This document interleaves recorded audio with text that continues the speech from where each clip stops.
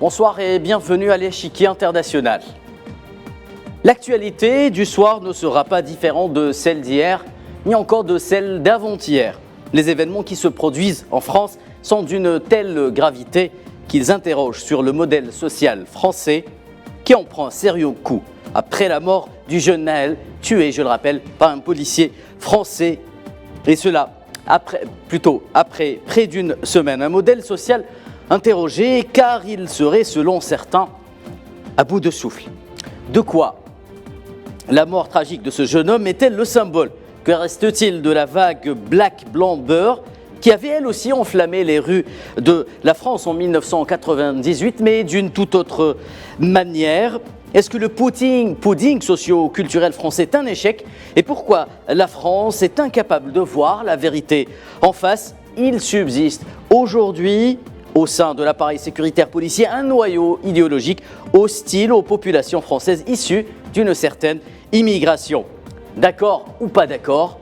Nous en parlons juste après ça.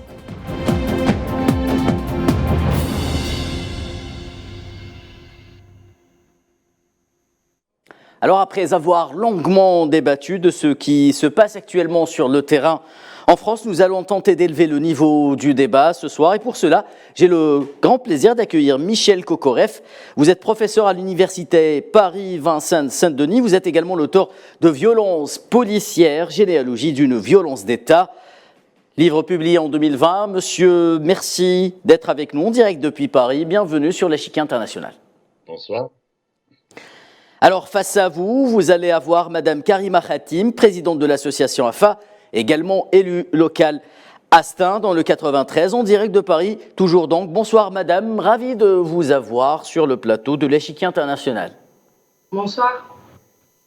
Avant de commencer le débat, mesdames et messieurs, l'exécutif français se réunit, débat lui aussi et tente d'apporter une réponse rapide et efficace à la crise qui secoue le gouvernement français. Écoutons quelques déclarations justement du président Emmanuel Macron, bien entendu, de la première ministre Elisabeth Borne et du ministre de l'Intérieur Gérald Darmanin, avant de revenir au débat. Il y a une instrumentalisation inacceptable de la mort d'un adolescent que nous déplorons tous, alors que la période devrait être au recueillement et au respect. Et donc face à cela, je condamne avec la plus grande fermeté toutes celles et ceux qui utilisent cette situation et ce moment pour essayer de créer le désordre et d'attaquer nos institutions.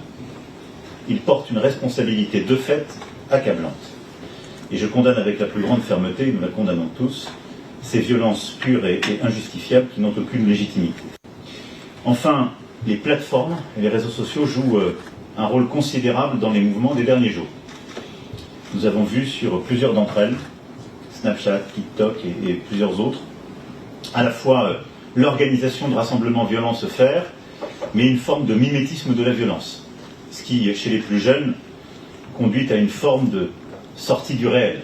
Et on a le sentiment parfois que certains d'entre eux vivent dans la rue les jeux vidéo qui les ont intoxiqués. Nous examinerons toutes les hypothèses autour du président de la République à 13h dans la réunion qu'il a organisée. Et donc je ne vais pas vous répondre maintenant, mais nous examinons toutes les hypothèses avec une priorité, le retour de l'ordre républicain sur tout le territoire. Il y aura 45 000 policiers et gendarmes mobilisés ce soir, c'était 40 000 hier. Mais ça veut dire sur le terrain? Exactement. Ou mobilisables? Ils sont sur le terrain. J'ai rappelé des congés, je remercie les policiers et les gendarmes. J'ai mobilisé davantage d'unités spécialisées, du RAID, du GIGN, de la BRI. On a également, avec la Première ministre, décidé de mettre ce qu'on appelle des engins blindés de la gendarmerie nationale et des engins lanceurs d'eau. Et nous avons aussi mobilisé les hélicoptères qui ont, si j'ose dire, hier bien fonctionné, qui ont évité bien des drames. Très bien, donc nous venons d'écouter l'exécutif français qui s'est exprimé à des occasions plus ou moins différentes. Alors j'aimerais pour commencer avoir votre impression tous les deux concernant ce drame, et l'on va commencer avec vous, Madame Khatim. Alors déjà, je viens d'écouter l'intervention de Monsieur Emmanuel Macron, notre président. Je trouve ça ultra déplacé de sa part. Il faut savoir que le jour où Naël a été tué par un policier, le soir même, la France était à feu et à sang et il était au concert d'Elton John. Donc ça va être compliqué pour un président de la République française de demander l'apaisement alors que nous avons perdu un citoyen français dans des conditions immondes pendant qu'il était en train de danser au concert d'Elton John. Ça, c'est le premier point. Le deuxième point, lorsqu'on entend la Première ministre, elle parle de l'ordre. L'ordre, on l'entend. On est contre ces violences. Bien sûr que ça ne nous fait pas plaisir de voir des magasins saccagés, de voir de la violence urbaine. Mais comment apporter cet apaisement? Elle passe par le gouvernement. Plus on a de responsabilités, plus on a de pouvoir, plus on est responsable de ce qui se passe sur le terrain. Donc la seule responsabilité revient au gouvernement français qui ne donne pas et qui ne crée pas les conditions de l'apaisement. Ils partent dans des réformes pour punir les parents de ces jeunes enfants. On donne un peu plus de pouvoir aux policiers, on les arme de plus en plus. Et la dernière en date, c'était hier un communiqué des syndicalistes de police qui clairement étaient en train de menacer le gouvernement français en disant « si vous ne faites rien, on emploiera la force, on emploiera nos armes ». Tout simplement, pour moi, c'est une annonce de guerre civile. Très bien, Madame Khatim. C'est très compliqué. Très bien, Madame Khatim. Monsieur Kokorev. Alors moi, je suis assez d'accord avec ce que vient de dire Madame Khatim.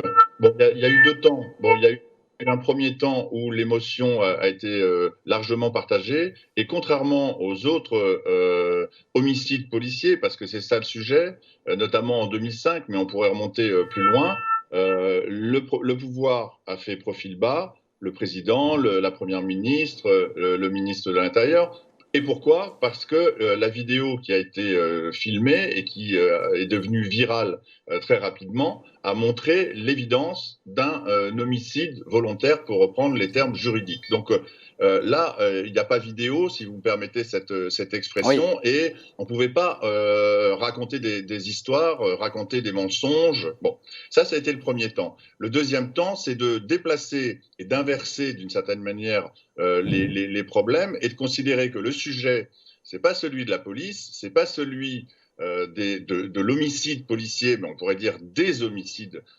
policiers, c'est celui ce qu'on appelle les violences urbaines du côté du ministère de l'Intérieur. Or, effectivement, on a l'impression que ce ne sont pas les jeunes qui sont dans le virtuel ou qui sont hors de la réalité, c'est le pouvoir, c'est le président de la République, enfin bon, qui ne semble pas prendre la mesure du problème, qui commente l'actualité, mais qui ne pose pas des actes forts qui permettraient d'apaiser la situation. Et plutôt que de faire ça, on incrimine, ça a été dit aussi par l'élu de Stein, les familles qui seraient démissionnaires, qui seraient au fond responsables, non seulement évidemment de leurs enfants, tous les parents le sont en droit et en fait, mais qui seraient responsables des violences, des saccages, des destructions. Or, ce qu'il faut bien comprendre, c'est qu'il y a une colère qui s'exacerbe, il y a un trop-plein qui se manifeste à cette occasion-là, mais en fait qui renvoie, et ça tout le monde le sait, les chercheurs, les journalistes, les éducateurs, les élus, qui renvoient au fond des violences qui sont quotidiennes, qui prennent la forme, par exemple, des contrôles d'identité discriminatoires, dits au faciès, qui renvoient aussi au harcèlement des brigades anticriminalité, aux humiliations, qui, d'une certaine manière et de façon générale, renvoie au fossé qui s'est creusé depuis bien longtemps entre la police et sa population. Et on ne rétablit pas la confiance et le lien avec la population en lui envoyant des Robocop, des hommes surarmés ou des femmes surarmées, ça a été dit. Il faudrait quand même aussi considérer cette fameuse loi de 2017. On va en parler justement. On va en parler, Michel Kokorev. Que les refus d'obtempérer dans le cadre de la circulation routière se sont multipliés depuis 2017 et notamment en 2020, en 2021 et en 2022. Et on en est quand même aujourd'hui en France à 5 morts. Très bien, Michel Kokorev. Donc, là, il y a quand même un sujet qu'il faudrait traiter et qui ne semble pas être pris en compte par le pouvoir, ce qui est quand même un peu inquiétant. C'est clair, Michel Kokorev. Karima Khatim, j'ai envie de vous poser la question qui fâche en France et à laquelle on fait plutôt la sourde oreille. Alors, selon vous, est-ce qu'il subsiste aujourd'hui au sein de l'appareil sécuritaire policier français un noyau idéologique hostile aux populations françaises issues d'une certaine immigration, tout simplement? Mais clairement, moi, c'est sans aucun tabou que je vous dis qu'il y a un racisme au sein de la police. Malheureusement, les moyens ne sont pas mis en œuvre. On a plusieurs facteurs. On a des policiers totalement racistes, c'est une minorité, mais on a aussi un manque de moyens donnés à la police. On a une police fatiguée, on a une police surmenée, une police qui n'est pas assez formée. On ne donne pas les moyens à cette police. C'est juste honteux pour un pays comme la France de ne pas mettre les moyens dans leur police. Donc oui, si la question c'est est-ce qu'il y a du racisme au sein de la police, il y en a clairement, parce que du délit de faciès, c'est quasiment tous les jours dans les quartiers qu'on le subit. Quels seraient ces moyens selon vous, Karima Khatim? Vous parlez de moyens à donner aux forces de police françaises. La France a vécu justement un long débat autour justement de la situation économique de la police française. On assistait à un véritable bras de fer entre le ministre de l'Intérieur, d'une part, donc Michel Darmanin, et les syndicats de police sur cette question de moyens, à la suite justement des épisodes des Gilets jaunes, mais également des manifestations concernant la réforme du régime des retraites. Quels seraient ces moyens selon vous? Pour moi, déjà, dans un premier temps, on devrait désarmer une certaine frange de la police, c'est-à-dire laisser peut-être la brigade anticriminelle porteur d'armes, mais cette police républicaine qui est justement là pour sécuriser l'ordre lors des manifestations ne devrait pas être armée. On devrait élargir les rangs de la police, donner plus de moyens afin que les policiers fassent moins d'heures et soient moins surmenés. Une formation de 2 ans n'est pas assez approfondie. Dans certains pays, ils ont une formation de 3 ans. Ces moyens-là, et même la police l'a demandé à plusieurs reprises. Donc, je ne suis pas là non plus pour invectiver l'ensemble de la police. Je peux faire le constat que oui, il y a du racisme. Oui, ils n'ont pas assez les moyens. Et que oui, il faut absolument travailler sur des lois et notamment abroger celle de 2017. Karima Khatim, je reste avec vous. Alors, nous avons écouté justement une déclaration de l'exécutif français en début d'émission. Alors, on parle d'une riposte donc sur le plan sécuritaire, des moyens déployés, d'autre part, et même des réseaux sociaux, mais l'on semble vouloir occulter la notion cause-conséquence, justement, dans cette affaire. Pourquoi, à votre avis? Parce que la France est scindée en deux. On a cette France plurielle, fraternelle, solidaire, et puis on a cette France qui est partie d'un extrême à un autre, c'est-à-dire on ressent plus même dans les partis politiques côté droit, on n'a plus cette sensation de pouvoir faire le distinguo entre le centre droit et l'extrême droite. C'est qu'il y a une certaine connivence. Moi, j'ai l'impression qu'on est en train de dérouler le tapis rouge à l'extrême droite et au Rassemblement national. Donc, c'est tout un jeu politique qui permet d'aller chercher ce genre d'électorat, d'aller draguer cet électorat. Et tous ces partis politiques de droite se permettent d'aller draguer cet électorat sans jauger les conséquences de ce que cela peut amener. C'est-à-dire qu'on a une France scindée en deux, entre ceux qui aiment cette France plurielle et ceux qui veulent absolument voir les enfants d'immigrés et des immigrés en dehors de cette France. Très bien. Michel Kokoreff, alors un collectif de personnalités françaises a signé hier une tribune dans Libération. Alors la tribune est intitulée « Mort de Nahel, combien d'autres morts faudra-t-il avant que les provocations publiques cessent ?» La politique de l'autruche. Est-ce que la France pratique-t-elle une politique de l'autruche à chaque fois qu'un jeune Français qui est plus ou moins d'origine étrangère est tué par la police? Oui, alors moi j'ai vu une autre pancarte qui m'a beaucoup frappé lors de la marche blanche à Nanterre, c'est combien de Nahel n'ont pas été filmés. Ça renvoie aussi à une citation célèbre de Will Smith qui disait non, le racisme n'est pas en train d'empirer, mais maintenant il est filmé. Bon, Alors la politique de l'autruche, c'est évident. Parce qu'on a déjà dit, bon, le pouvoir et l'exécutif est dans son jeu. Il est effectivement dans son souci de restaurer l'ordre et donc de jeter l'opprobre sur l'opposition politique qui alimenterait l'émeute. Bon, ce qui est une façon complètement méprisante de ne pas prendre en compte, encore une fois, la colère populaire, la colère de la famille pour laquelle on doit avoir une pensée, la famille, les proches, bon, et tous les gens qui se sentent concernés. Je voudrais revenir sur la question que vous avez posée à Karima Katim sur la question du racisme, brièvement. Moi, je dis, contrairement à ce qu'on peut lire sur les murs parfois, que ce n'est pas la police qui tue, mais qu'il y a dans la police des éléments qui ne sont pas des brebis galeuses, qui ne sont pas des pommes pourries, qui ne sont pas isolés, mais qui tuent. Et de la même manière, je ne dis pas que la police est raciste, mais en tant que sociologue, je dis qu'il y a du racisme dans la police. Il faudrait d'ailleurs dire peut-être parfois les polices, tant la sécurité publique, le maintien de l'ordre, la police judiciaire, le renseignement, la police politique et la police des polices. Et la police des polices, exactement, ne font pas du tout le même métier, même si l'IGPN, bon, elle a un peu un rôle en surplomb.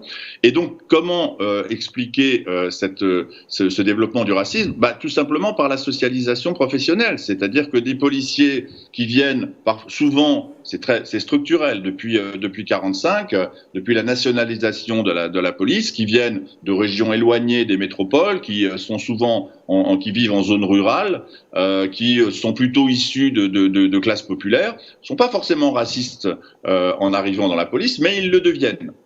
Ils le deviennent au contact de leurs collègues et ils le deviennent aussi au contact du fait des politiques sécuritaires qui sont développées. Et il y a un fait qui résume aussi et qui rejoint un autre point abordé par Karima Katim, c'est la mutation du paysage syndical policier. C'est-à-dire qu'il faut se rendre compte que dans les années 50, les policiers étaient largement affiliés à des syndicats proches du Parti communiste. Ça laisse rêveur, pourtant c'est un fait. Dans les années 80, les syndicats policiers se sont rosis et sont devenus plus proches du Parti socialiste. Aujourd'hui, et depuis 2014, le parti majoritaire, c'est le parti Alliance Police, et effectivement, qui a développé, qui est très proche donc du Rassemblement national, et qui vraiment a publié un communiqué, mais qui est ordurier, qui est séditieux. Bon. N'empêche que ces organisations syndicales sont majoritaires, bon, et évidemment, elles conduisent à une espèce de chasse aux Arabes et aux Noirs. Il faut dire les choses de la manière la plus claire, comme si c'était eux les responsables de tous les problèmes de la société française. Bon, et moi je dirais que là, ce qui devient quand même très très très inquiétant quand on écoute un peu, non pas les siens, mais les autres, ceux qui n'ont pas forcément les mêmes analyses ou les mêmes opinions, c'est que moi j'ai pas peur de dire, on vit un moment fasciste en France depuis quelques années. Mise en cause de la liberté d'expression, mise en cause de la liberté de manifester, mise en cause d'associations comme la Ligue des droits de l'homme qui existe quand même depuis près d'un siècle, et là une sorte de factieux comme si on revenait un petit peu au temps de l'OS. Très bien. Et bien effectivement. Prendre en compte le fait que, alors je ne sais pas si la France est scindée en deux, mais en tout cas il y a une partie non négligeable de la population française qui est prête à considérer que, oui, plus d'ordre, plus de BRI, plus de blindés, plus de répression, voilà, moins de familles démissionnaires, plus de sanctions pour les enfants qui sont délinquants, y compris des sanctions sociales, on leur supprime les allocations familiales. Oui, c'est ça la solution. Donc c'est ça aussi l'arrière-plan, je vais dire un peu politique, en sachant que l'émeute est un problème politique et donc il appelle des solutions politiques, mais pas des solutions qui sont démagogiques, qui prennent en compte les causes profondes de l'émeute. On va sans doute en reparler. Michel Kokorev, justement, vous évoquez l'aspect politique des choses. J'aimerais revenir avec vous sur l'aspect sociologique. Alors, il faudra bien entendu du recul. Il faut que de l'eau passe sous les ponts. Mais si vous deviez porter un regard d'un point de vue sociologique sur tous les cas d'espèces qui se sont produits en France depuis des années, depuis l'affaire Oussekine. Quel serait-il, ce regard ? Oui, alors la chronologie, c'est 76-77. Hein. C'est là où les premières émeutes apparaissent, et toujours dans les mêmes conditions, la mort d'un jeune, que j'appelle moi descendant de l'immigration, suite à des interactions avec la police qui suscitent la colère, des violences, des dégradations, des marches blanches, une répression forte, policière et judiciaire, des promesses non tenues. Alors, les causes, on les connaît. Tout le monde les connaît. Le constat, il est clair et évident. On n'a même pas besoin de sociologue pour le faire. Hein. Les causes, elles sont structurelles. Les causes, c'est la pauvreté, c'est la misère de certains quartiers. Vous voyez, par exemple, les quartiers nord de Marseille, mais on peut en citer d'autres. C'est le chômage de masse, c'est la précarité.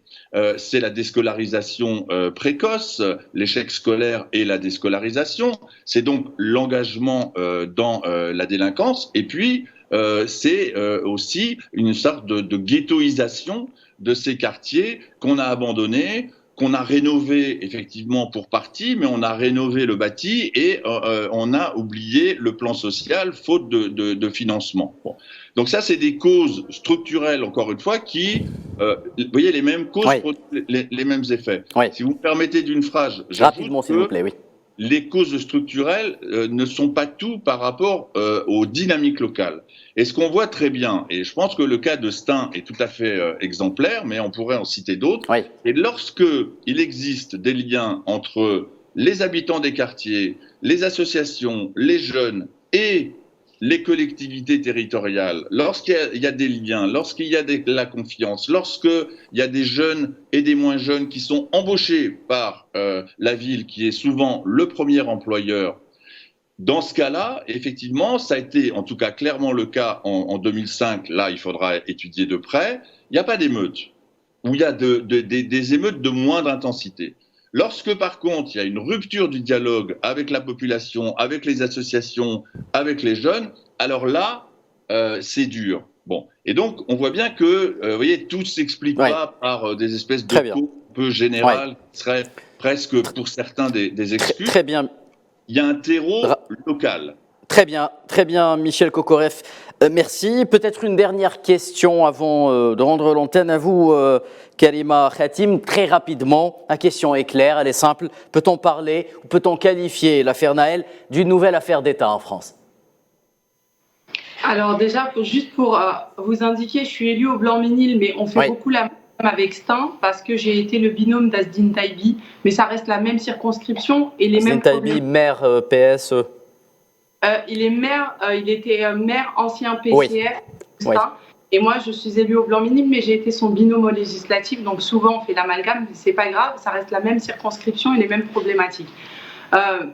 Est-ce que ça peut être une affaire d'État ? Effectivement, à partir du moment où les affaires étrangères algériennes ont mis leur nez dans ce qui s'est passé pour Nahel, et d'ailleurs je les félicite, parce que nous en tant Rappelons que Nahel est un ressortissant algérien, c'est un binational, comme vous. C'est un binational, et on à choisir entre notre pays de naissance et notre pays d'origine. J'insiste sur cela parce que je me bats tous les jours pour ça.